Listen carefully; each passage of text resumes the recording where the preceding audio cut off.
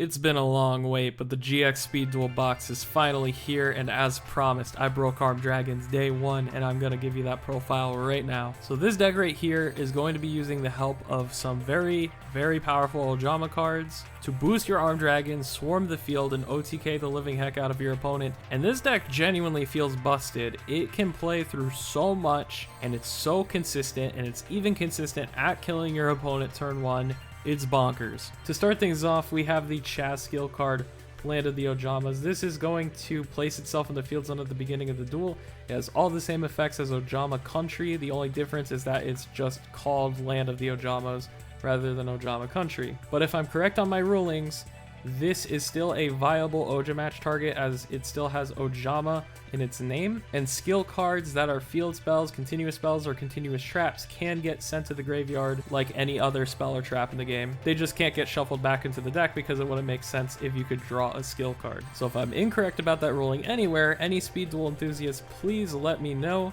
But I'm 99% positive that I got that correct. Otherwise, if that was incorrect, you could play the Armed and Ready skill, but again, I am pretty positive that I'm right about this, so we're going with Land of the Ojama. So the reason we're running this in our Armed Dragon deck is to send it to the graveyard with Ojama Match, making our Ojama Match a 1-card combo instead of a 2-card combo. So what exactly is Ojama Match? I keep going on about it. Well, we play 3 copies of this bad boy. I was honestly very surprised it made it into Speed Duels. It's an extremely powerful card. So this quick play spell is not once per turn. It allows you to send an Ojama card from your hand or field to the graveyard, and thanks to that skill card, you will always have an Ojama card on the field, making this essentially a 1-card combo. And if you do that, you get to search for an Ojama monster with a different name and an Armed Dragon card from your deck or your graveyard. Immediately afterwards, normal summon that monster on top of your regular normal summon. And this is a quick play non once per turn. Again, it's very broken. So during the standby phase, you can get out level 3, who can level up into level 5, and then you can recycle the level 3 if you have another one, and that will get you into another level 5. These are also Ojama cards, so if you want to, you can activate Ojama Match and then chain Ojama Match, sending the Ojama Match. It's really freaking crazy that way. You can also use it during the battle phase and tribute summon multiple level 5s to keep playing through your opponent's defenses and just to OTK them. And if it didn't get any better, this card is easily searchable through the Ojama cards. So definitely a 3 of.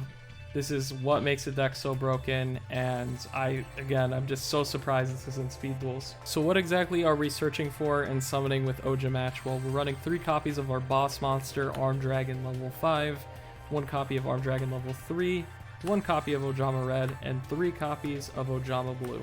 We don't play any of the original Ojamas because they literally don't have effects. We don't play Armed Dragon level 7 because we're an OTK deck. We're not waiting for the end phase to level up into 7. We only play 1 copy of level 3 because that's all you need. Drawing this card does nothing for you. You're not stalling him out and getting him up to level 5 the next standby phase. That's not happening. You're going to turbo him out with Ojama Match, and when he levels up, he goes to the graveyard, so you can use your second Ojama Match if you open multiple and bring him back out from the graveyard during the standby phase to get another Armed Dragon level 5. Level 5 is your main win condition, being a 2400 body that can pop other monsters on the field by discarding monsters. You need 3 of him because you're going to be tribute summoning him multiple times during the battle phase to OTK your opponent, so that's why we're running 3 of him.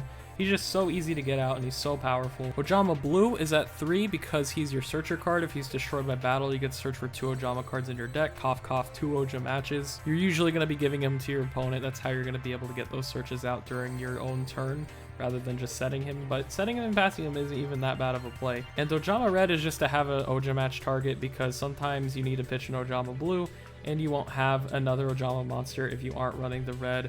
I picked red over the vanillas because the vanillas don't do anything. This one, at least, when normal summon, can special summon all the Ojamas out from your hand. So if you want to, you can get some free bodies on the board, but they don't really do much. It honestly wouldn't make that much of a difference if you swapped it out for like yellow, black, or green, but obviously the optimal choice is to have the monster with the effect. The rest of the deck is just straight up board breakers because we're going second. We're trying to kill our opponent immediately. So we got 3 copies of Creature Swap. I do not own 3 copies of Creature Swap, so we're just going to use these 2 cards to represent them. 3 copies of Offerings to the Doom. I do not own 3 copies of Offerings to the Doom, so we're going to use another face down card to represent the 3rd Offerings, and then 3 copies of Cosmic Cyclone. I picked Cyclone because it's the best back row removal in the game if you don't care about your life points, and if you're going second OTK deck, then yeah, you don't care about your life points.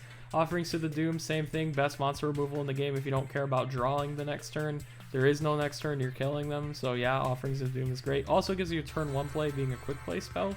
So if you have to set Ojama Blue and pass, setting Ojama Blue and an Offerings to the Doom is actually a pretty good play. And then creature swaps, how we give our opponent Ojama Blue, and then we attack into Ojama Blue with level 5 doing 2400 damage, and then searching 2 copies of Ojama Match and stealing our opponent's monster. It's actually insane. This deck doesn't play an extra deck, but just put in 6 extra deck cards so that your opponent thinks you have an extra deck, and then they'll see the Chaz skill as well, so they'll think that you're actually playing Ojamas. They wouldn't think that for a second if you had no extra deck, since Ojamas rely on getting out Ojama King, but we're not playing regular Ojamas, we're playing Armed Dragon OTK. And lastly, the side deck, we have some cards to help us go first since we're mostly going second deck. So I got 3 copies of Floodgate Trap Hole, just flip a monster face down permanently, really, really nice. And then 1 card that I discovered and I've been messing around with, this might not be the optimal card, I think this is the only card that I'm kind of iffy about, but it's been working out pretty well. It's Super Rush Recklessly. This is a really interesting card. So you can destroy a beast on your side of the field to shuffle back a monster into your opponent's deck. So this makes some more use out of Ojama Red, flooding the board with beasts, and it gives your Ojamas a little bit more purpose in your deck outside of just being Armed Dragon fodder. So I felt like including it. You could definitely play like Wall of D instead, or you could play Sphere Karibos or something, but this just works for me. So real quick, I'm going to show you guys this little combo to show you what exactly the deck is trying to do. And then I'm going to show you guys an actual match that I had on Dueling Book. So for this combo, you're going second, you want Creature Swap, and you want Ojama Match. At the start of the duel, you're going to have your field spell flipped up, so you're going to have Land of the Ojamas on the field. So during the draw phase, or the standby phase, you're going to activate Ojama Match, sending Land of the Ojamas from the field to the graveyard. Then you're going to go ahead and search for Armed Dragon level 3, and you're going to search for a copy of Ojama Blue. You're going to normal summon Armed Dragon level 3 on the resolution of that card, and then it's going to get sent to the graveyard. Level 3 is going to level up into Armed Dragon level 5 since it's still the standby phase, so you got your free Armed Dragon level 5. And then during the main phase, you're going to normal summon your Ojama Blue, activate Creature Swap. They're going to give you a monster, you don't care which one. You're going to give your opponent Ojama Blue, and then you're going to attack with Armed Dragon level 5, doing 2400 damage, triggering Ojama Blue's effect, and you're going to search for 2 more copies of Ojama Match. Now, if you have any other Ojama card in your hand, this gets infinitely crazier, but you can activate Ojama Match, pitching the Ojama Match, and search for another Armed Dragon level 5, and then any Ojama monster that you want. Tribute summon the Armed Dragon level 5, and then attack again. You could repeat that once more again if you drew another Ojama card, and that's essentially the OTK that you're going for. So this was a best of 3 against somebody on Dueling Book. They're on Magnet Warriors, I'm obviously on Armed Dragon. He's going to win the RPS, meaning he's going to be able to go second, because most decks want to go second in the speed duel. That extra draw really matters, and there's not a whole lot you're going to do going first anyways. So my hand's pretty good for going first though. Obviously we get the Land of the Ojamas at the beginning of the duel. We're going to set Offerings to the Doomed, which is a pop during our opponent's turn. And we set Ojama Blue, so if he attacks into me, he'll have a Rude Awakening. So he's going to activate his skill, do a bunch of crazy Magnet Warrior shit. I'm not going to lie, I've never read a single Magnet Warrior card in my life. I don't intend to start today. So yeah, he's going to activate that, and I guess that's going to get more Magnet Warriors on the field or something. I really don't know, guys. He's not going to attack my face down, probably because he knows it's an Ojama Blue. And that's going to be great for me because I'm going to flip him face up, and then I'm going to activate Creature Swap, giving him the Ojama Blue. He's going to give me the weaker Magnet Warrior, which is fine.